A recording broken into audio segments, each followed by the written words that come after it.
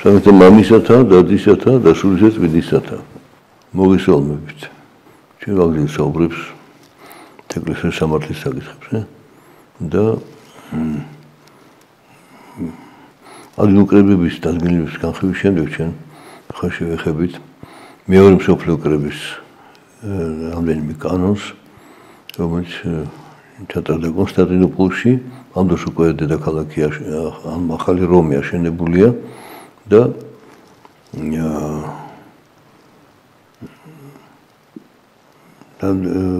მოგროვდა მთელი რიგი საკითხები. ჩვენ თქვით, მაშინ ბეკრად მშვიდობა დამყარდა და შეწყვეტა ეკლესიის დევნა და წამება ქრისტიანების. მშვიდობა მოიტანა ახალი პრობლემები.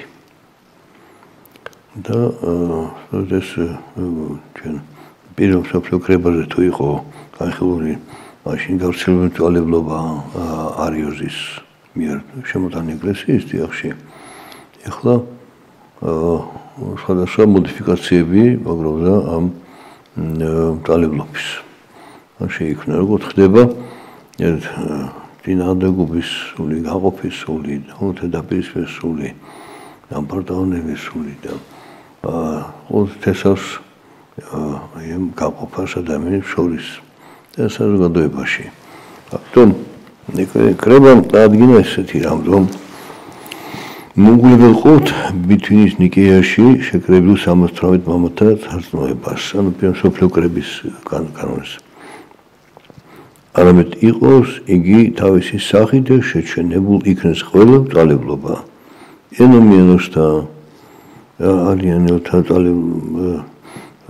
აგრესე ევდოქსიანების სულისა ბრძოლთა ნახევართ არიანელთა საბილიანოს მარკელიანოს ფოტინელთა აპოლინართა და ასე შემდეგ ეს კრებები მომთქვე გავრცელდა რომის იმპერიაში და მის ფარგლებს გარეთაც ხდება ცდილობა გაგზავნა შესაბამისი მისიონერების და ქადაგების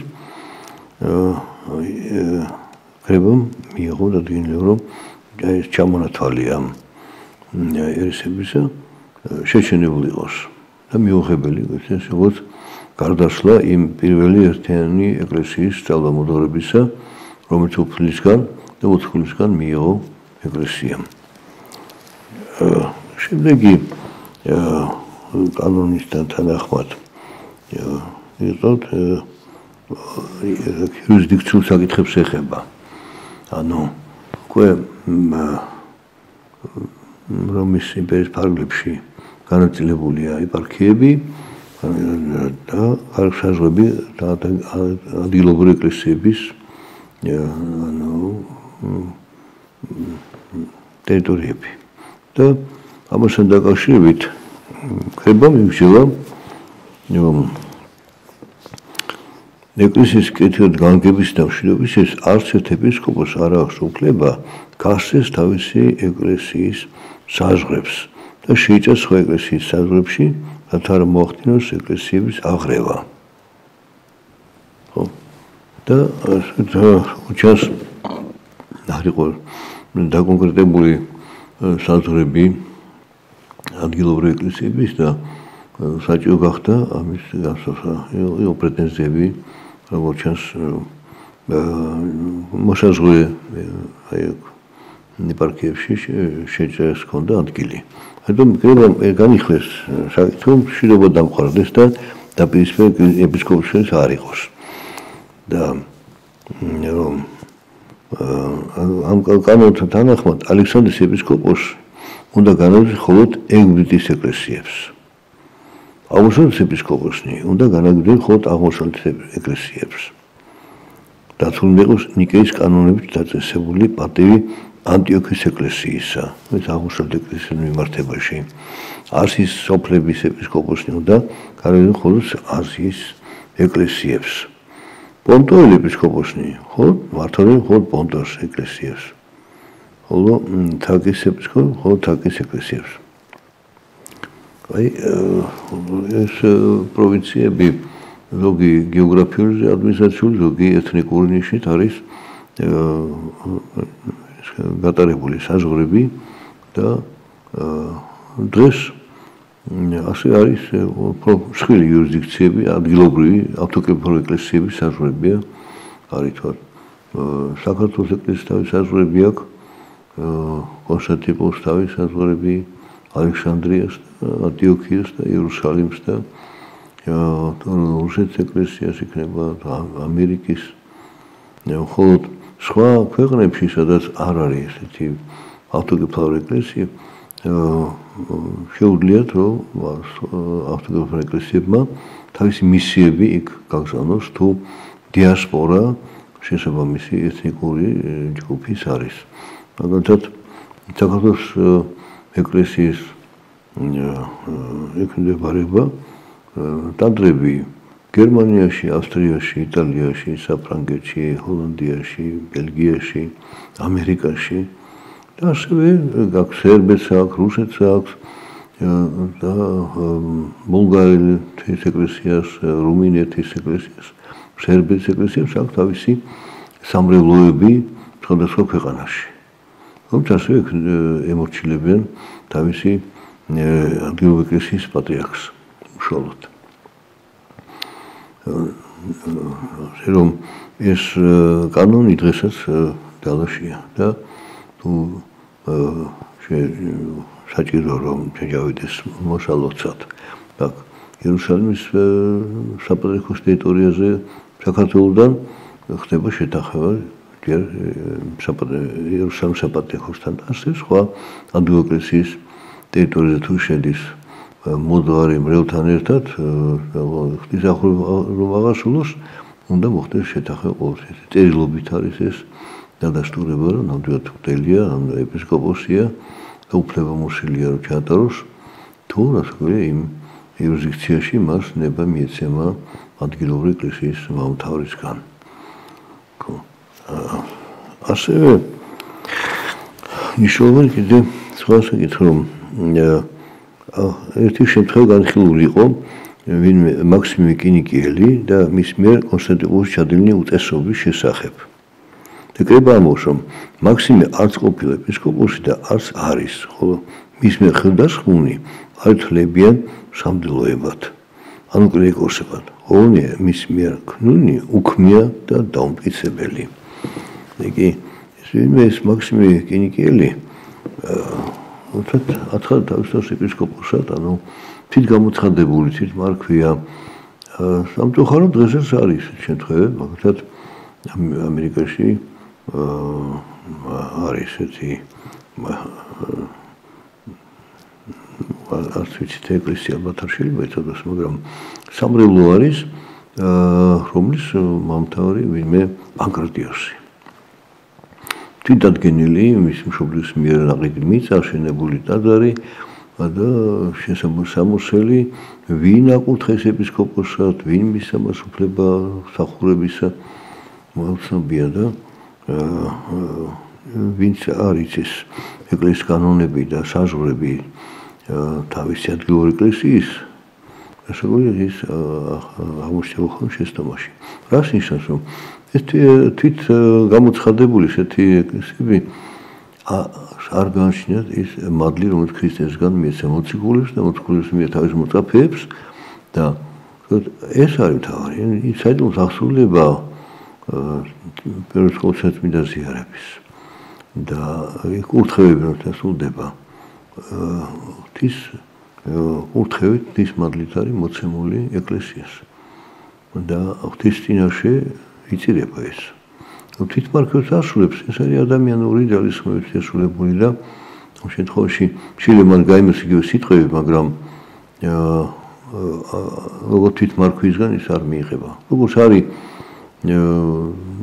ნამდვილი თქვა ფული და არის ყალბი ფული ყალბი გავს ნამდვილს მაგრამ მას ამი ძალა არ აქვს და ამ ყალბი ფულის ქონეს კიდე შესაბამისი სასჯელი ეკუთვნის ასევე არის ეს შემთხვევა და მე მოიხოთ ცოტა ხნის წინ ჩვენ განვიხეთ ლაოდიკის კრების კანონები და იქ სწორედ იყო ერთ-ერთი კანონი ამას განიხილავდა თორსტებით ერთს არ აქვს უფლება შეიკრიბოს, აერჩიოს ის, ვინც უდლად უნდა ექნეს დადგენილი. ანუ ერისკაცთვის ეს მოცემული არ არის ამის უფლება. და სამწუხაროდ ის პრობლემა, რაც უკრაინაში დღეს ხდება ბოლო წლების მანძილზე, უბრალოდ ასეთი გამოცხადებული იყო ავტოკეფალია თავიდან ჯერ 20-იან წლებში იყო, დაიშალა. შემდეგ მეორე მსოფლიო ომის დროს აირია ქვეყანა, ევროპის ნაწილი და იგი უკრაინაში აღმოჩნდა მე თვითგამოცხადებული იურისდიქცია, რომელიც არის ცნო სოფლიო ეკლესიის მარცნო ისინი. შემდგომში იყო მცდელობა და ბოლოს ეკლესიიდან განკვეთილმა მიტროპოლიტმა ყოფილი გზარხოსი იყო ეკლესიის ფილარეტი, მაგრამ დაიწყო ხელდასხმებით თითნებურად, რათა ისევ სოფლიო ეკლესიის მარცნო და აი ბოლო დროს მხოლოდ ხდება ცოტა უცნაური რამ, რომ ერთპიროვნად მარტო ყოსტანის საპატრიარქო ცნობს და ადგენს, თუმცა სოფლიო ეკლესია ჯერ ერთობლივად არ განიხილა ეს მოვლენა და მაგრამ მართლმადიდებლური ეკლესია და ადვილი ეკლესიის უმრავლესობა არ ცნობს ახალ იერარქებს. და სამწუხაროდ ამას მოყვა დევნა იმ ისტორიული ეკლესიის და მისი იერარქების სამდელო დასის, მრევლის, წარწერა-ტაძრების და რაც უკვე საჯარო სივრცეში გავრცელდა ეს ინფორმაციაც და ვიდეო ჩანაწერებიც არის. სამწუხაროა, მაგრამ იმედია, რომ მეიძლება. რით არის გამოწვეული ესეთი მოვლენები, როგორც ხედავთ, მე-4 საუკუნეში ხდება და დღესაც გრძელდება. ეს არის რაღაც ადამიანების ამბიცია, რომ მოითხოვოს თავისთვის ის უფლებები, რომ მას არ გააჩნია და კანონით მიღების ამ უფლებების ეს გზა მიუღებელია ან იგნორირებულია. სამწუხაროდ ეს იყო ყველაზე მასშტაბური ისეთი მოვლენა მოხდა უკრაინაში და იქ რამდენიმე მცდელობა, როგორც თქვით, 20 წლები დაწყებული, როცა რევოლუცია და დაიშალა რუსეთის იმპერია, აი ამ სამოქალაქო ომები იყო, აი მაშინ იყო მცდელობა, მაგრამ თვითგამოცხადებული. ისიც არავინ არც კონსტიტუციის საპატრიარქომ, არც მოსკოვის საპატრიარქომ, არც საქართველოს საპატრიარქომ არსო. განსხვავდება საქართველოს ეკლესიის მიერ ავტოკეფალიის აღდგენის საკითხი. საქართველოს ეკლესიას უკვე მე-6 საუკუნიდან გააჩნია ეს ავტოკეფალია და აღიარებულია 90 წელს ჩვენი უწესრიგო დარისი ბრძანდებოდა კონსტანტინოპოლში, მანამდე მიდიოდა დიალოგი კონსტანტინოპოლის საპატრიარქოსთან, განიხილეს ეს საკითხი, ისტორიული მოწყობები, საარქივო მასალები და სხვადასხვა წლების მანძილზე, საუკუნის მანძილზე და ბოლოს კონსტანტინოპოლის საპატრიარქომ აღიარა, რომ მართებულია. საქართველოს ეკლესიას აღუდგინოთ კი არ შევქმნათ, არამედ აღუდგინოთ ისტორიული ავტოკეფალია და მისი ეკლესიის მთავრის წოდება პატრიარქის. ეს იყო დიდი ვიტყოდით გამარჯვება ჩვენი ეკლესიის და ჩვენი პატრიარქის დიდი მონდომების და ღვაწლის შედეგად და მომზადების ისტორიკოსების მიერ მომზადებული მასალების საფუძველზე მოხდა მის დამტკიცება. ჩვენ გავაგზავნოთ მაშინ საუბრებს კონსტიტუციის კრებას დაუბასე და მითხრით კიდე რომ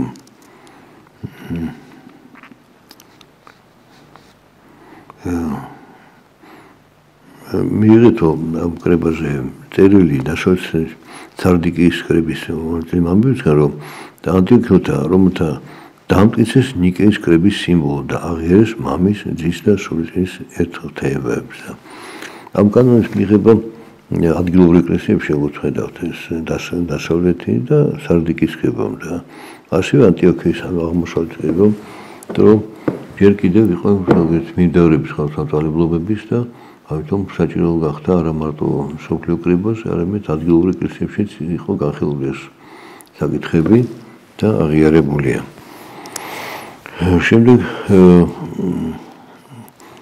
არის ერთ-ერთი მნიშვნელოვანი საკითხი კიდე. კონსულს წმინდა კრების ეპისკოპოსმა დაადგინეს, რომ ის ვინც ბრალს დაждებს ეპისკოპოსს, არ იქნეს შეწარებული გამოძიების გარეშე. არც ეპისკოპოსის ყველა ბრალმდებლის მიღება შეიძლება და არც ყველა ბრალმდებლის უკან გაბრუნება. ესეთ ისოლიო რა ნიშნით შეიძლება მიღებულოს ბრალმდებელი და რა ნიშნით არა. თუ ის არის მწვალებელი, ხო? ან გარკვეულ სეკვრის დანაშაულის ჩადენილი აქვს, უკვე არ განიხილება ბრალდებლად. არ შეიძლება იყოს ბრალდებელი, თვითონ ბრალდების ქვეშ იმყოფება. მაგრამ თუ არის პიროვნება, რომელსაც არ აქვს ეს ბრალი ეკლესიაში და გარკვეულად ავტორიტეტის სახელი, მაშინ მისი ბრალდება განიხილება. რაღაც აქვს მნიშვნელობა. ეს კანონები სასამართლო დღესაც არის. არის მოწვეთ ვინ მიიჩნევა და ვინ არ იქნება მიჩნეული მოწვეთ აი სასამართლოს აი ამ დროს. და მიზეზი არის ხო არც ყველა ბრალდებლის უკან გაბრუნების შედეგად და ვინაიდან ბევრს აქვს სული არ უდარება შეიტანოს საეკლესიო წესიერებაში. ახალს მრევლი და თილდასამოს ეპისკოპოსის მტრობით რათა შეარყოს საშუალო პირთა ავტორიტეტი. ესეთი მოვლენები საწყოდ ხდება, რომელსაც რომ რა არის მიზეზი მართლა დააშავა ეპისკოპოსმა, რამე თუ პირიქით ცილს ამევენ მას, ეს ეკლესია განიხილავს. ამიტომ მნიშვნელოვანია ჯერ განიხილოს ვინ ბრალმდებელი, რის საფუძველზე დევს ბრალს და მერიქს განიხილოს. და შემდეგ კანონი ასევე განიხილოს, რომ საეკლესიო დანაშაულის დაბრალების შემთხვევაში გამოძიებული უნდა იქნეს ხომ არ არის ბრალმდებელი მწვალებელი. მწვალებს არ აქვს უფლება ბრალ დასდოს მართლმადიდებლ ეპისკოპოსს საეკლესიო საქმეების გამო.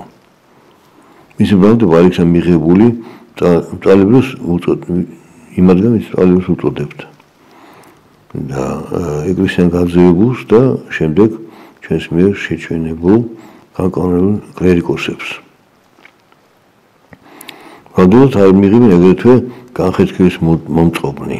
ისინი, ვინც გამოიყო თავის ეპისკოპოსს და ცალკე იწევს კრებებს კანონიერ ეპისკოპოსის წინააღმდეგ. და არ მიიღება ბრალდება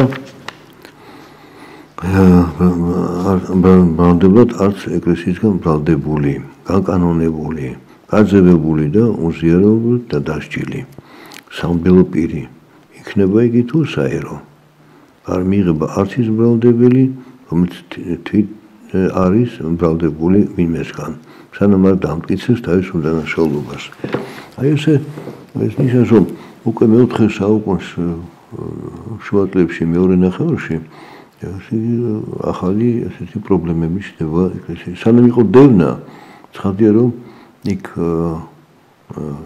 დევნის დროს რაიმე უპირატესობის ბრძოლა იყო, უპირატესობა იყო, რომ იქნებით წმინდა მოწამე. და ეწამები ქრისტესა და ეკლესიისათვის.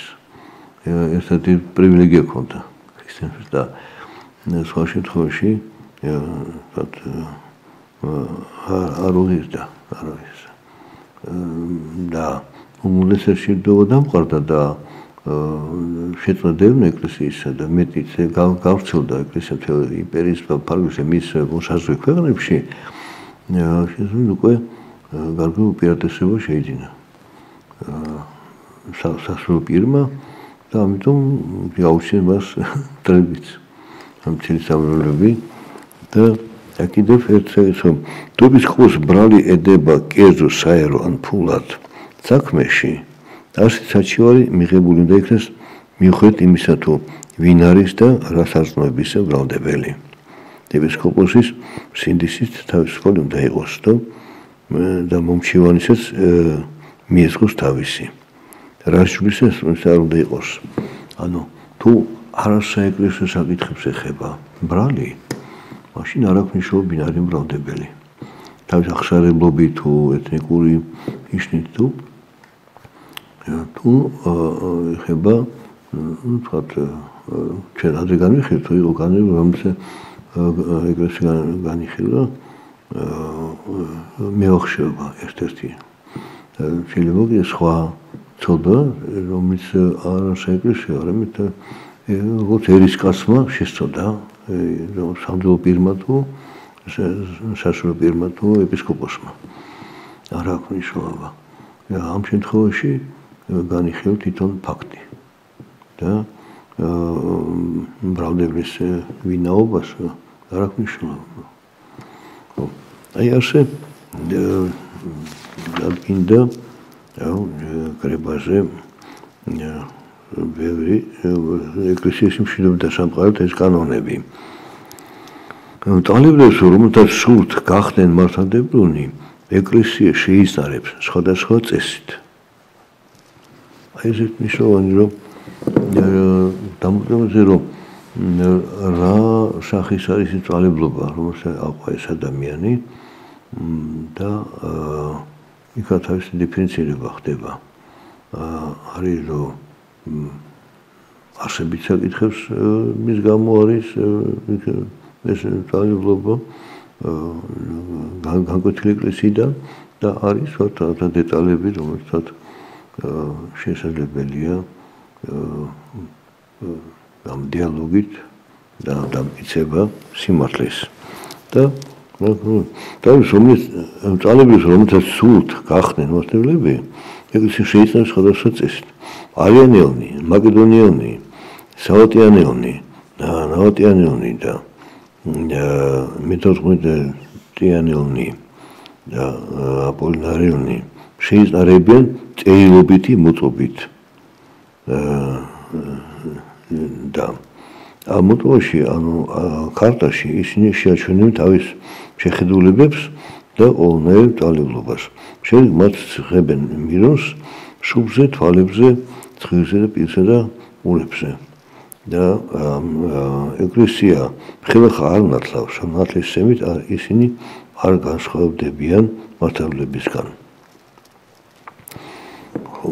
აი იგი ეს ჩამოთვლილი წვალებები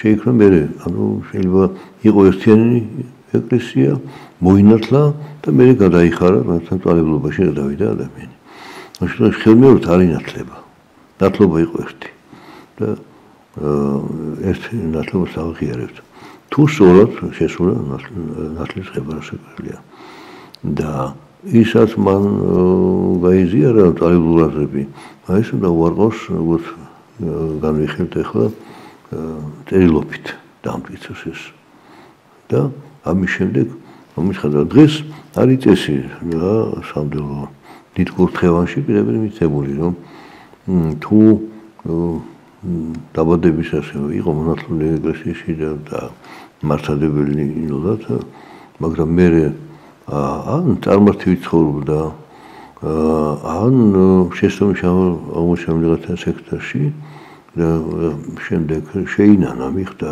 თავის შესწავლას ბრუნდება ეკლესიაში იმ შემთხვევაში მას ინჯება გარკვეული დრო ეძლევა მოსაქცევად გაერკვეს ეკლესიის სწავლმოძღვრებაში წმინდა წერილში ეკლესიის წესრიგ კანონებში გარკვეული ეძლევა ამ დროს მას კანონი სინანულის კანონი მარხვის ლოცვის და ახოთ ხო ინიშემ გარკვეული დრო ამისთვის მიღებულია 40 დღის განმავლობაში და შემდეგ უნდა მიიღოს მირონცხებული რომ სულწმის მადლის ადგენის ნიშნად. მაგრამ შეხება სხვადასხვა როგორც არიან ევნომიანელნი, წყალში ერთხელ ჩაყოფით ნათელღებულნი, მონტანელნი, ანუ ფრიგიელნი, ანუ პეპუსიანელნი, საბილიანინი, რომელიც ზემამობის ასწავლიან და სხვა ბევრ სისადაგრეს ჩადიან და სხვა ძალებლები, რომელთაც უმრავლესობა გალატელთა სოფლიდან მომდინარეობს. თუ მოისურვებენ მართლობის აღსარებას, ისინი მიიღებიან როგორც წარმართნი. იგი მათი ნათლავდნენ კიდეს და მინუსს ცხებდნენ და პირველ დღეს ისინი ქრისტიანები ხდებიან. ხოლო მეორე დღეს გადაკმეულნი. მესამე დღეს დააფიცებენ სამჯერ შებერით პირსა და ყურებში და ისინი წიგნის კითხვის მსმენელები არიან ეკლესიაში. მრავალი დღის განმავლობაში და მხოლოდ ამის შემდეგ ხდება მათი ნათლისცემა. აი ასეთი ეტაპობრივად ხდება თუ გულწრფელია რუსული ადამიანის სული თუ მან შეიცნო ჭეშმარიტი სარწმუნოება და განეშორება იმ ძიმე სახის ძალებებს. ასე რომ ეკლესიის მიდგომა თითოეული ადამიანის მიმართ არის ინდივიდუალური. და ყველა ასეთ ფაქტთან შემთხვევასთან დაკავშირებით ყოველთვის არის მრავალხრი უნდა იყოს განხილული, ვინ არის ბრალდებელი, ვინ არის ბრალდებული,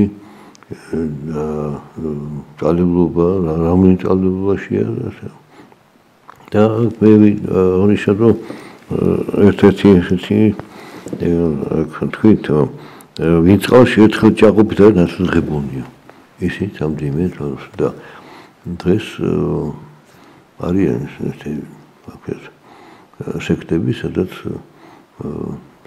საერო პირი ასულებს, იქ არც ის მოდელი არ არის და რაღაცა გამოცებით ჩააბარა და ასე დიპლომი მიიღო, რომ მას შეუძლია შეასრულოს წესები. გარეგნული წესები აუცილებელია, მაგრამ თავია მადლმოსილება, რომელიც ქრისტესგან და მის მოწაფეებისგან მოსდევს მემკვიდრეობით გადადის თაობიდან თაობამდე ეკლესიის წიაღში. ხო და დასრულდება ერთმანის ჭეშმარიტებით და ეკლესიისადმი ერთგულებით. ამით დავსვამ ჩვენ საუბარს და დაგემშვიდობებით ღმერთთან დაგვაცოთ.